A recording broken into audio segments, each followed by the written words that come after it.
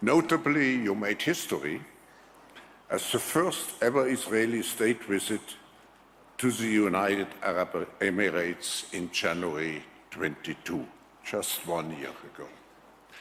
Mr. President, the atrocities by Hamas on October 7th shook the world to the core, and we will be interested to hear from you how your country sees the conflict going forward and what updates there are on the release of hostages. Top of our mind is also what steps are being taken to maximize the protection of civilians and the delivery of humanitarian aid. Mr. President, thank you again for being, during those tough times, with us, and we look very much forward hearing from you. After your speech, we will have a conversation with my colleague, Borge Brende, the President of the World Economic Forum. Thank you.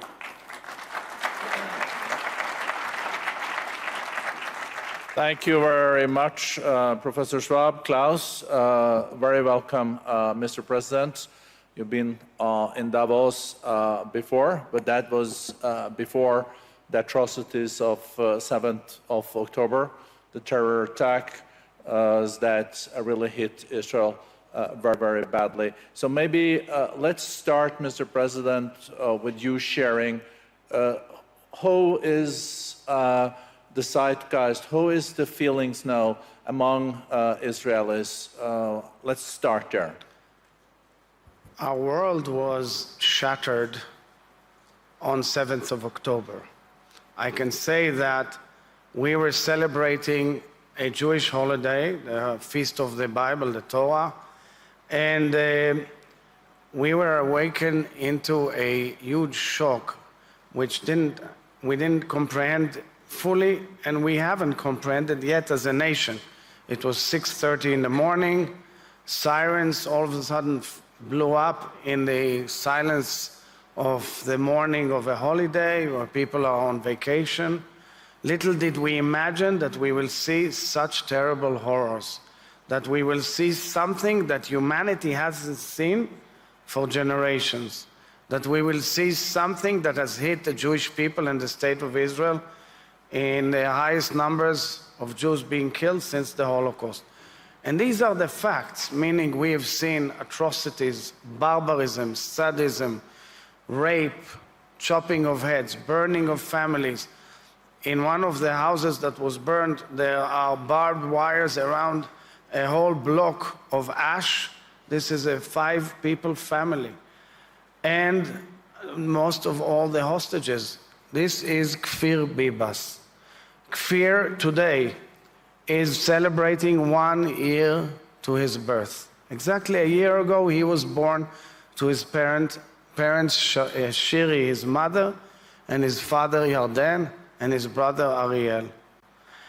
And Kfir, his whereabouts are unknown. We know he was kidnapped by Hamas. We know that these barbaric terrorists have taken him and his mother and his brother and his father, who's in a different place. We know that they are going through hell, and we don't know their whereabouts. And the enemy, who supposedly advocates that he has a cause in life, is basically advocating jihadism, celebrating and glorifying terror, celebrating and glorifying the abduction of Kfir Bibas. And from here, this incredible world stage, I call upon the entire universe to work endlessly to free Kfir and all the hostages that are there, about 136 by now. No, thank you very much, Mr. President. Thank you for sharing this. Also, as Professor Schwab said in his introduction to you, and I've known you also as a man of peace. You always been someone that has said that we need peace in the Middle East, and the war is still ongoing in Gaza.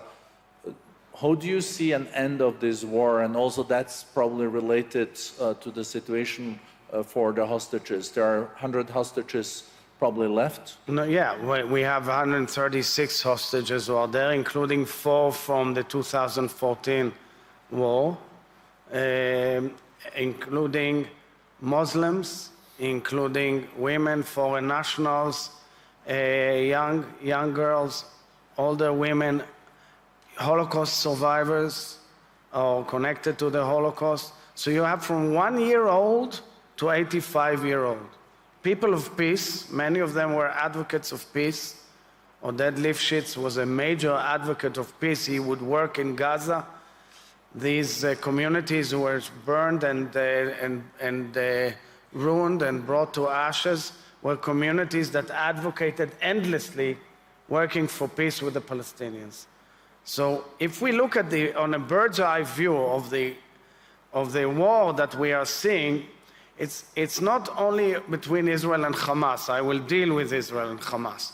But the issue is, and the world has to face it point blank, with no ifs and buts, there is an empire of evil emanating from Tehran, spending billions of dollars in arms and money and people's well-being to derail the entire stability of the world and the region. They've attacked the United States forces 2 nights ago, openly. They have proxies all over the region, quietly lurking to undermine any peace process and any stability of the world. And that is exactly what we are seeing, and they have to be faced by a very strong coalition.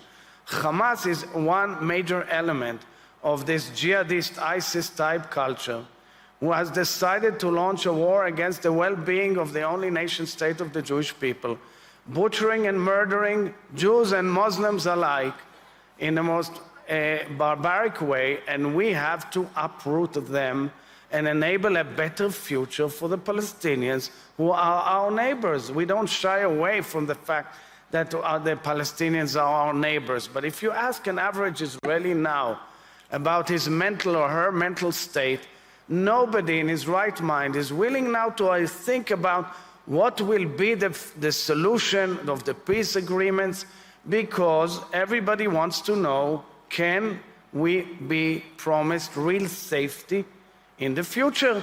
Every Israeli wants to know that he will not be attacked in the same way from north or south or east. You have Hezbollah in the north, armed up to its neck by Iran, financed by Iran, and simply firing ongoing and killing civilians and killing soldiers and going to war with Israel. And then the world tends to forget, and time goes on, but the truth is that we are fighting a war for the entire universe, for the free world. I always say, if Israel was not there, Europe will be next, because these barbaric jihadists want to get all of us out of the region and want to get all of Europe out of its place as well. And the United States is next too. So this war is something of an essential element in the history of humankind. Mr. President, the war in Gaza has now gone on for 100 days. And I think Israel is not immune either to the international criticism on the humanitarian situation in Gaza. So there are 2 million people now living under very, very tough conditions. And many of them didn't support Hamas. So what is your message to those that are also now suffering because they didn't even support Hamas? So I have a message to all our neighbors, first of all, and especially to the Palestinians. I've been advocating and calling for peace with our neighbors for years. I said it in my speech in a joint session of Congress on the 19th of July, just before the war. Terror is the main impediment to moving towards peace. You cannot accept terror directly or indirectly. You cannot justify it. It has to be totally stopped and out of the question.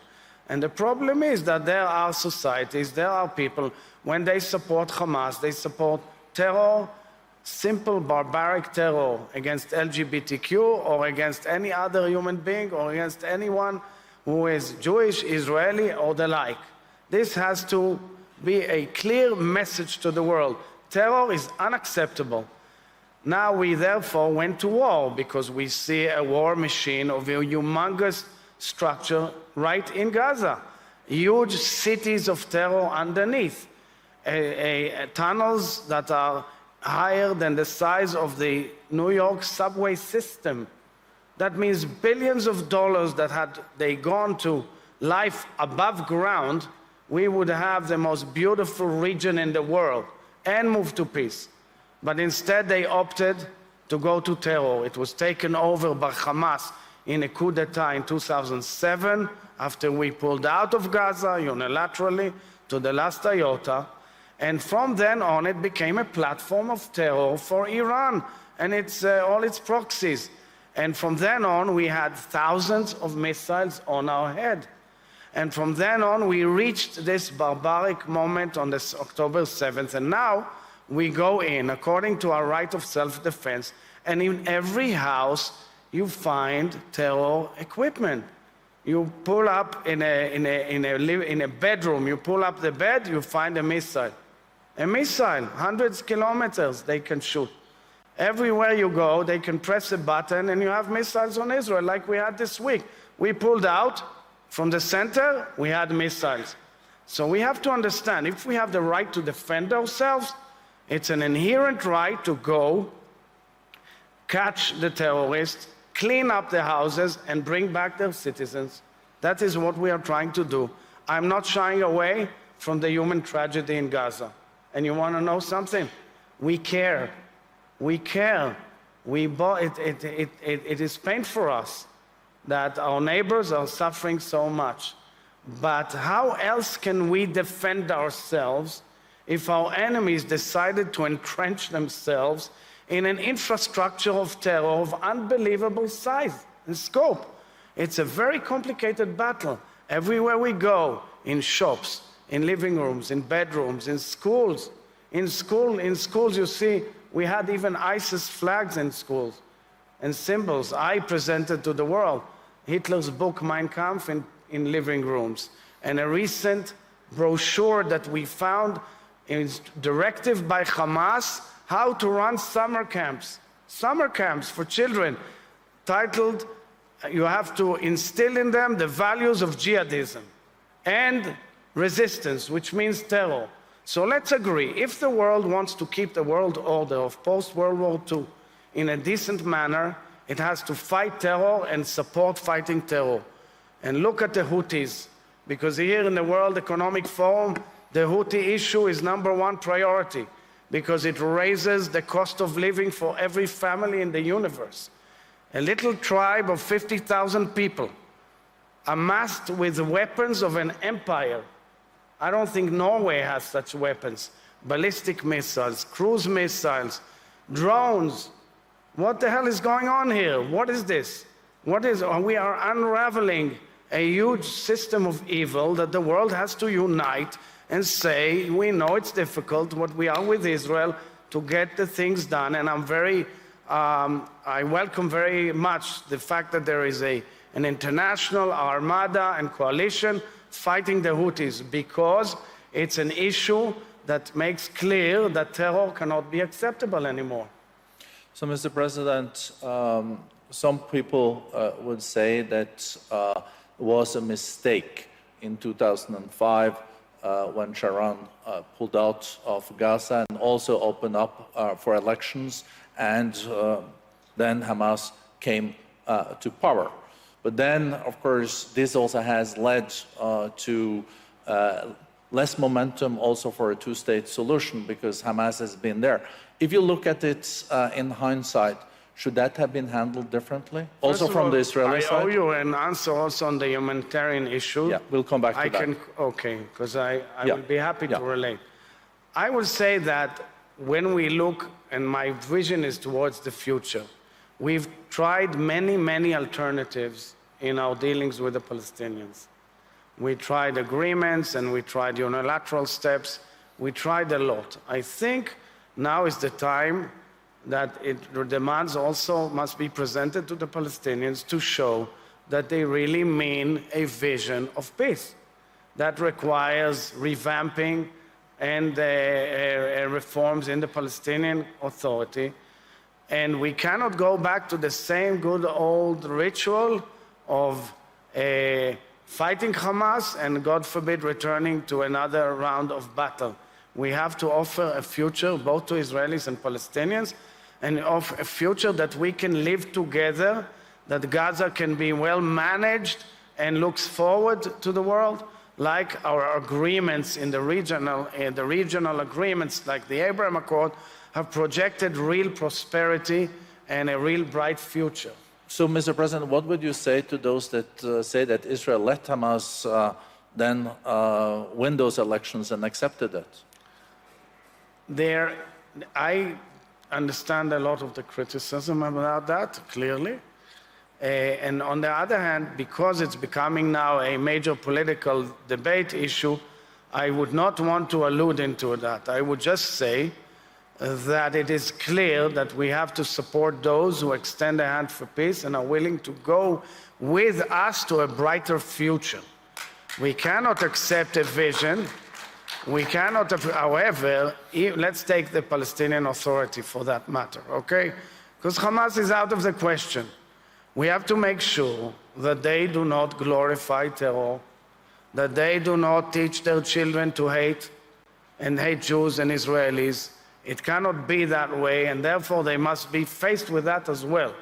But otherwise, of course, we have to go and negotiate with those who have always been potential partners for that. So how do you see the end game of this war in Gaza? I know it is hard, but war needs also to end. Do you see then the PA and Fatah and PLO taking over the responsibility of Gaza, or do you see still Israeli IDF forces being in Gaza?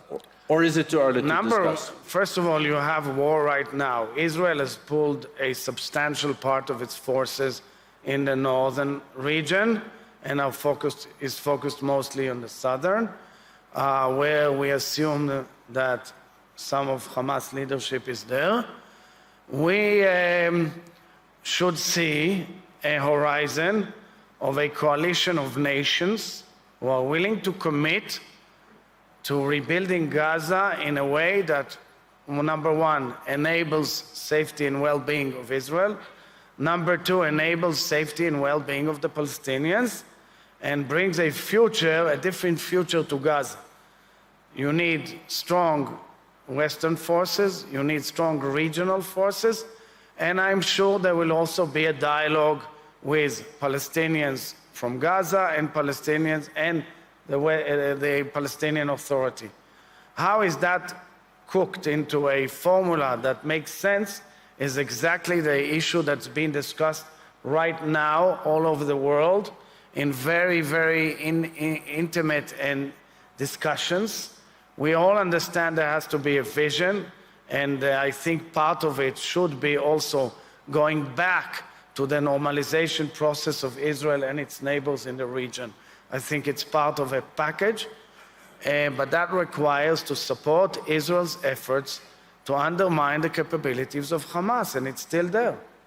Mr. President, let's come back to the humanitarian situation, problems getting humanitarian support through the Rafah crossings. Right. The others are closed. You wanted to elaborate on that. Right. I think there is immediate need, urgent need for food, water, medicines, and of course, you also want to make sure that this comes to the civilians in Gaza, and it's they that benefit from that. So we are committed from day one to upgrading and assisting the humanitarian supply to Gaza as much as possible. First, let's remind our dear audience here that from day one, Israel, according to the rules of international humanitarian law, identified safe zones so that the citizens who are uninvolved can move there, so that we can go in and uproot the terror infrastructure that we are unraveling now in huge quantities. However, there are dire situations that need to be met naturally under war zones. And as such, from day one, we have committed to the entry of convoys of trucks carrying humanitarian aid. I myself went to the Nitzana crossing with the media to see how we are screening these trucks. Today, we can screen up to 400 trucks a day. That means about 20,000 tons of goods a day. Unfortunately, from Nitzana, it has to go to Rafah and Kerem Shalom, which is another passage we've opened up despite the risk of terror there. Unfortunately, so far, the international community did not manage to meet the ability to get to 400 trucks a day. Usually, you're around 200 trucks a day. There was a peak last week of 315.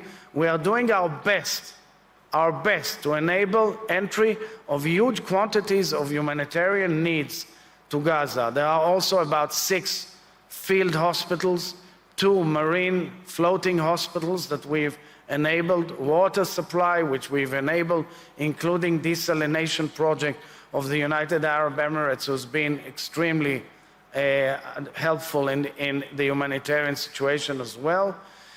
Now, the big problem, apart from that, is how do you deliver the food, the supplies all around the Gaza Strip without being shot at, fired at.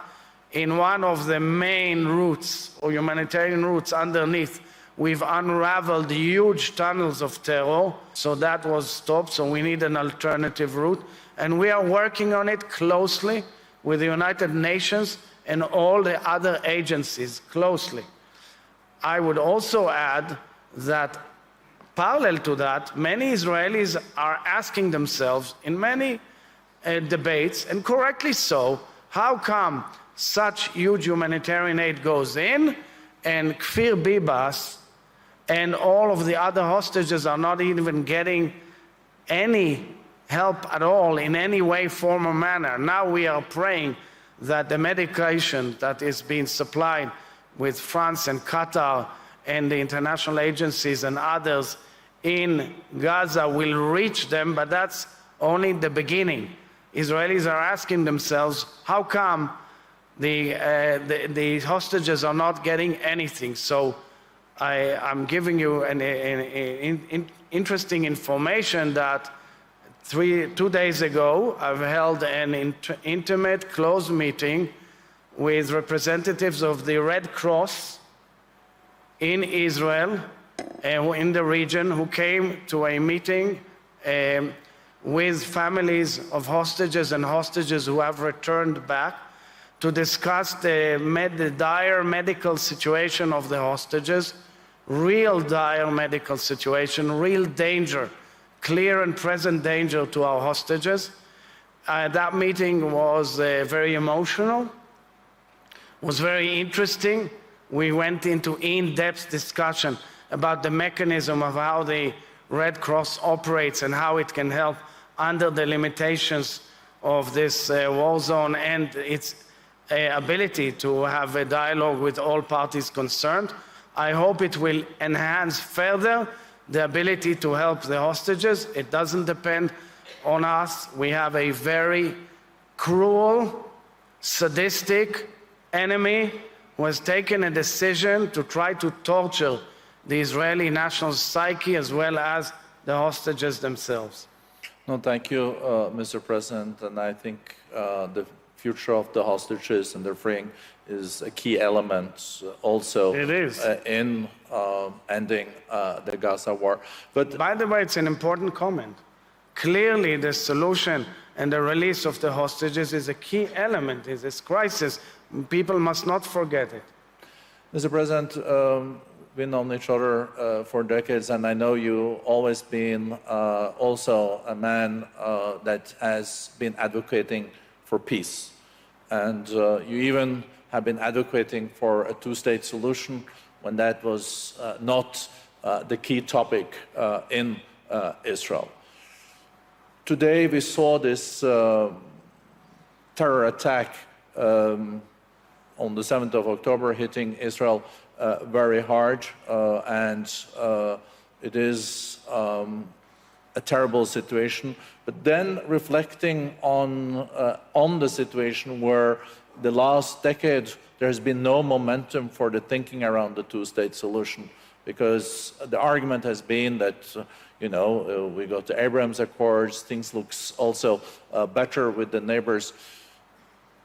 Do you think that one underestimated the impact of not having a political process for a two-state solution, and there is no new momentum for that? I know it's premature, and you said that yourself, and I do fully respect that because of the war, but there needs to be a path also for peace in the future, and the path that you were on resulted in this. Of course, the polarization in Israel made also Israel more vulnerable because it wasn't ready for this. The focus was maybe somewhere else. I know there's a lot of... So you raised many topics here. The Israeli political system is always very interesting, I would say, full of debates and arguments on so many topics of the day and various agendas. I would not hint in any way, directly or indirectly, that this terror attack is connected to any political process. The Hamas has always objected to any political process with the Palestinians. I think it comes from sheer jihadist ideology that wants to eradicate Jews in Israel.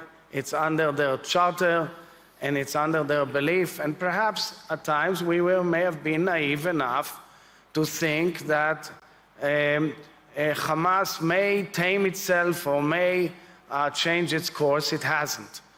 Parallel to that, and separately from that altogether, there are many questions that Israelis are asking themselves. Are withdrawals justified? Did it prove itself? These are legitimate questions. Is it true?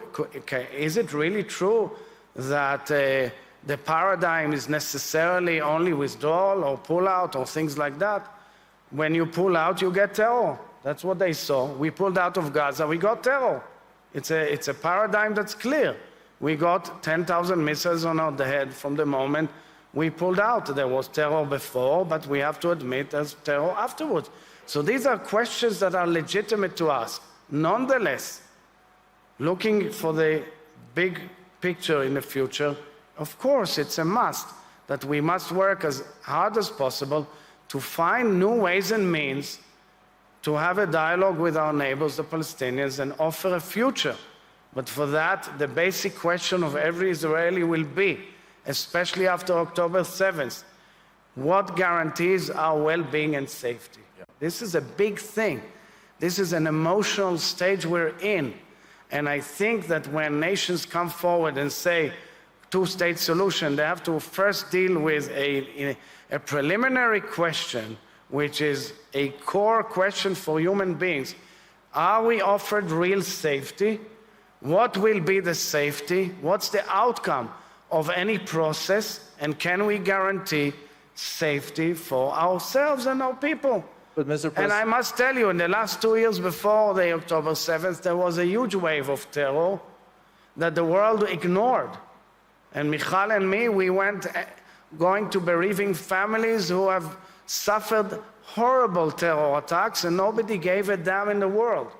So we have to understand, that's why I'm saying, guys, terror is off. The world has to fight terror with no mercy in order to hope, to bring real hope for the future.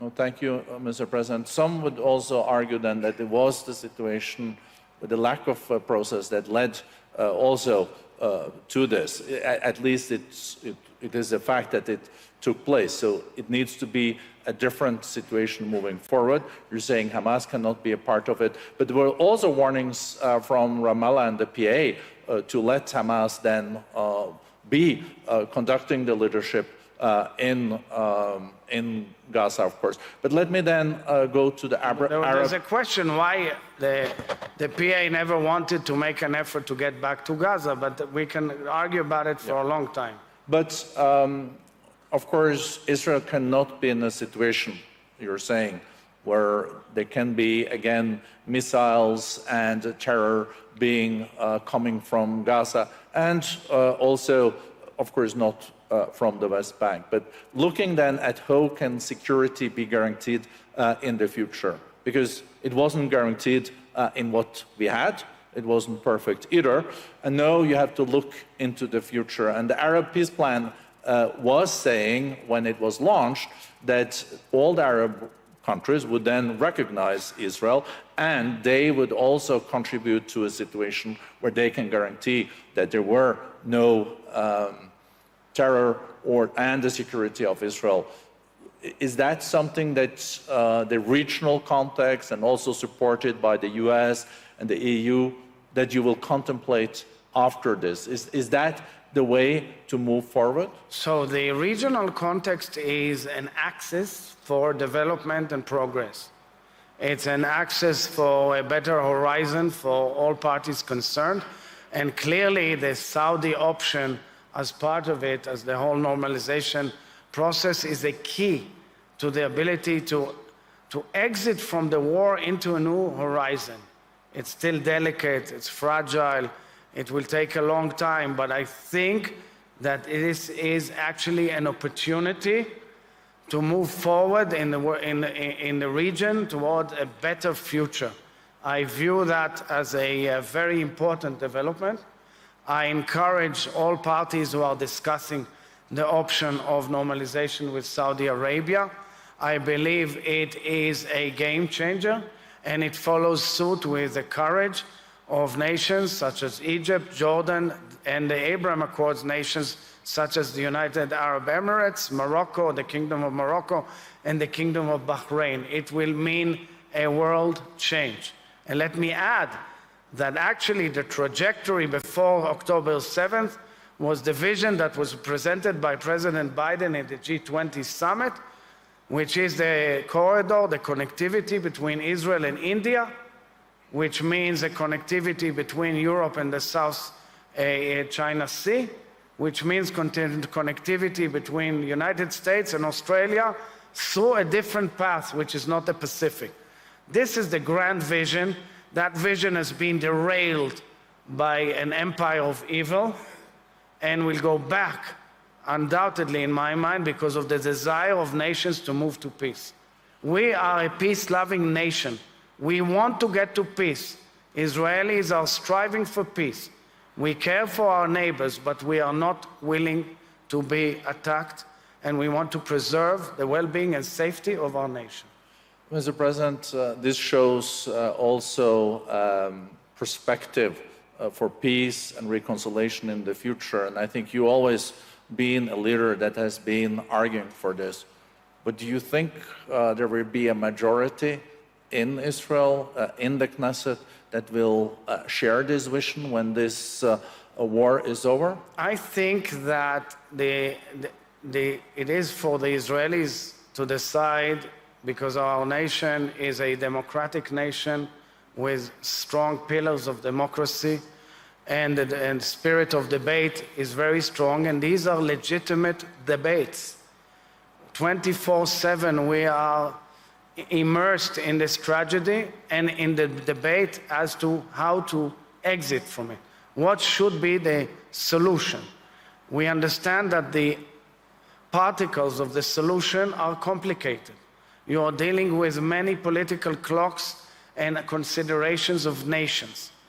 But I say from the onset, the basic values of Israel are peace and security. We have to answer both, and I think that the Israeli public has always shown its maturity when they know that they get something for real.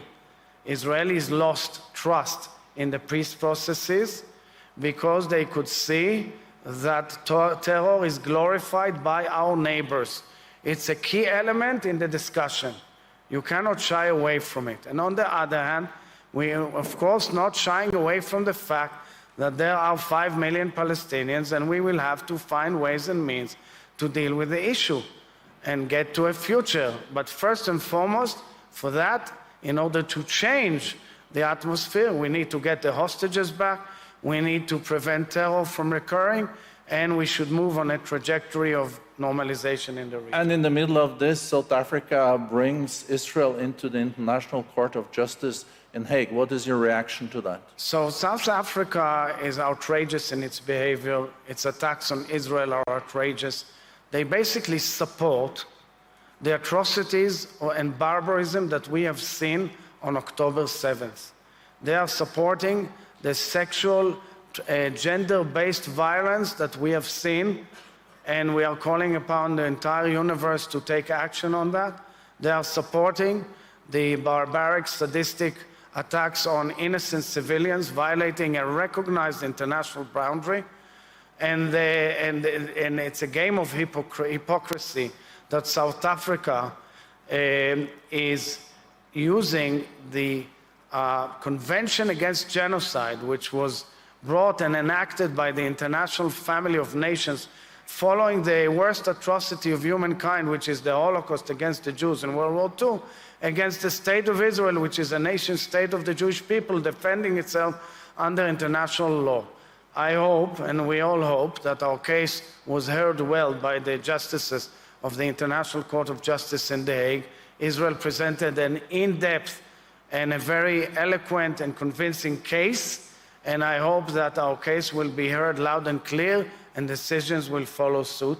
And I call upon the entire international community to stand with Israel and reject this claim. Thank you, Mr. President.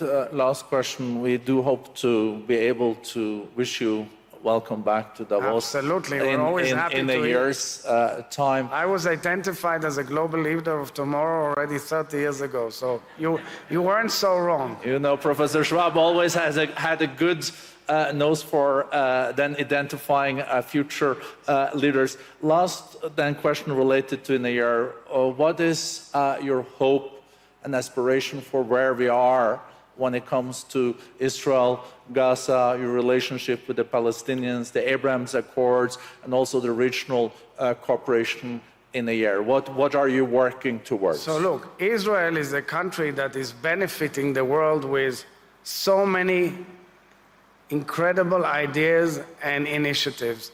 There in the crowd, there are people here who have brought forward the most incredible inventions and innovations doing good and helping people. I will tell you a story. Last year in Purim, it's like the Halloween of the Jewish people. In the celebration of Purim, Michal and I went to a Shaarei Tzedek hospital in Jerusalem, to the children's nephrology department, and we go in, and in the corridors there are little rooms, and we go into each room. In one room, there were ultra-Orthodox parents with their kids, with their babies. In another room, there were Orthodox, Zionist Orthodox. In others, there were seculars. In others, there were Palestinians and Israeli Arabs. And there was an incredible mixture of all religions and belief. In the last room I go in, there is a mother, a father, and a baby. And I could see she is Arab. And I asked her, where are you from? And she said, I am from Gaza. I asked her in Arabic, where are you from? She said, I'm from Gaza. She was very shy with a little baby. And I said to her in Arabic, I'm the president of Israel. And she was quite shocked that the leader, the head of state, walks into her room, and we just spoke. And I said to her, I bless your child, and I hope he will live in peace. This child must have, and his family must have been brought to the hospital by volunteers from the kibbutzim around Gaza who used to volunteer and take them to treatment. And I believe this is the vision that we have to project. People want to live together, and they want to live in peace. The coexistence in Israel of so many lives and beliefs, including between Palestinians and Israelis, is immense. But we cannot allow forces of evil who want to ruin this vision and want to drive us into the abyss. We can't allow them to win. Thank you very much. Well, thank you. Thank you so much.